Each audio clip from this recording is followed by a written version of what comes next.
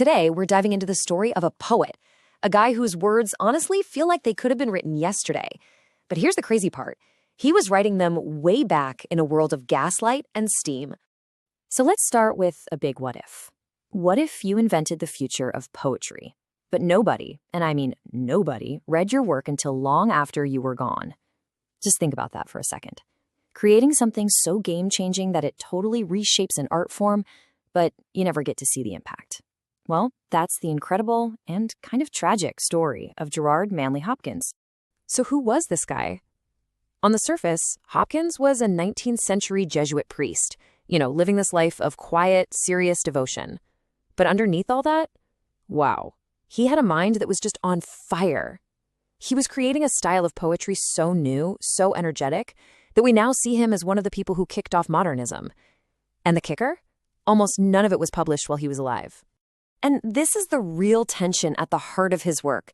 His poems are just soaked in this deep spirituality, this constant search for God. But to get those feelings out, he couldn't use the old tools. No way. He had to completely shatter the smooth, predictable poetry of his day. What he made instead was something, it was raw, it was muscular, and it was completely new. All right, so how on earth did he pull this off? Well, if you really want to get Hopkins, you have to understand his secret weapon.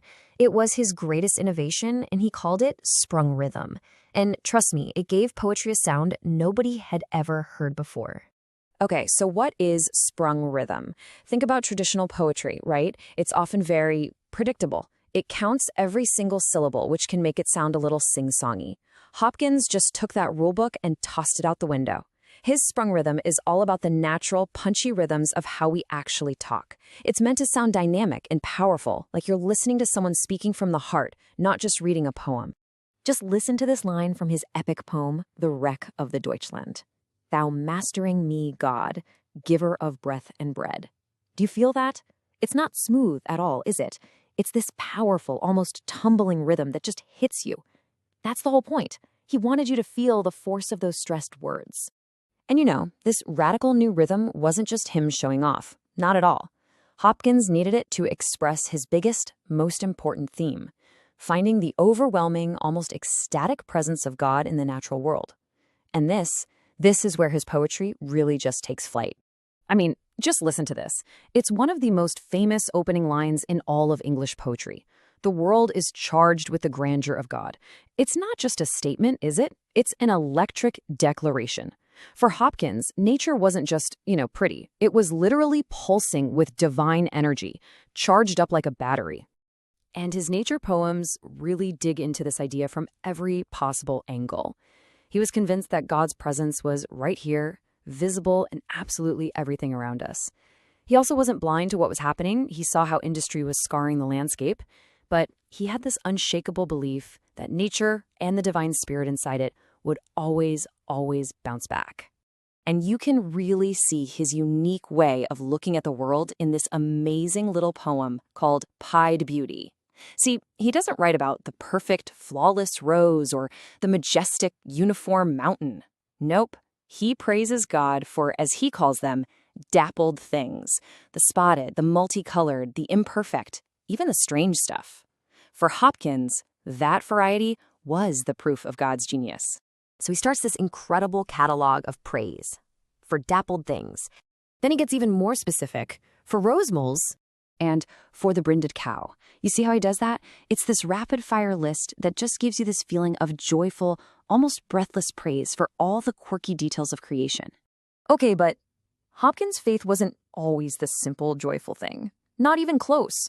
Later in his life, he was serving as a priest in Dublin, and he just got swallowed by this period of intense depression and spiritual despair. The poems he wrote then, they're known today as the terrible sonnets for a reason. And the change is just jarring. It's night and day. We go from those nature poems full of joy and wonder, where God is literally everywhere, to these poems that are just filled with agony and isolation. Suddenly God feels impossibly far away, maybe not even there at all. It just shows you the incredible emotional range this man had. I mean, just look at how violent the language gets here. He's talking directly to despair, and he calls it carrion comfort. That's like comfort made of rotting flesh. He is in an all-out war inside his own head, refusing to give in, fighting like hell to hold on to his faith, even when it feels like it's causing him nothing but pain. And in this poem, you can just feel the pure agony of what it's like to feel abandoned by God. He says the darkness is like a fell, that's an animal's hide, like it's a physical suffocating weight on top of him. But here's what's so powerful. These poems aren't him giving up on his faith. They're proof of how hard he fought for it, even when he was in the darkest place imaginable. So you've got this brilliant, tortured priest writing stuff that is truly ahead of its time. And then he dies, a total unknown. So the big question is, how did this hidden revolution ever see the light of day? This timeline really tells the whole story, doesn't it? He writes his absolute masterpieces in the 1870s and 80s, but they don't get published for almost 30 years after he's gone. It took that long for the rest of the world to finally catch up to what he was doing. And when the world did catch up, his impact was just massive. That sprung rhythm of his blew the doors wide open for poets like T.S. Eliot and W.H. Auden to start experimenting.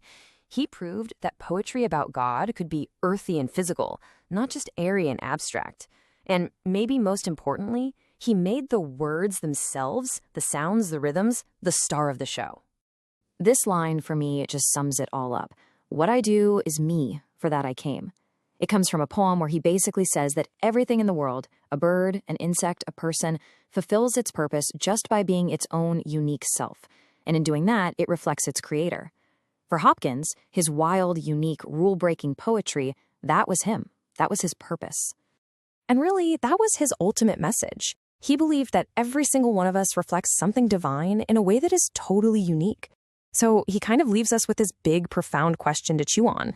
What's your unique self-expression? How does the world, in all its weird and wonderful glory, reflect itself through you?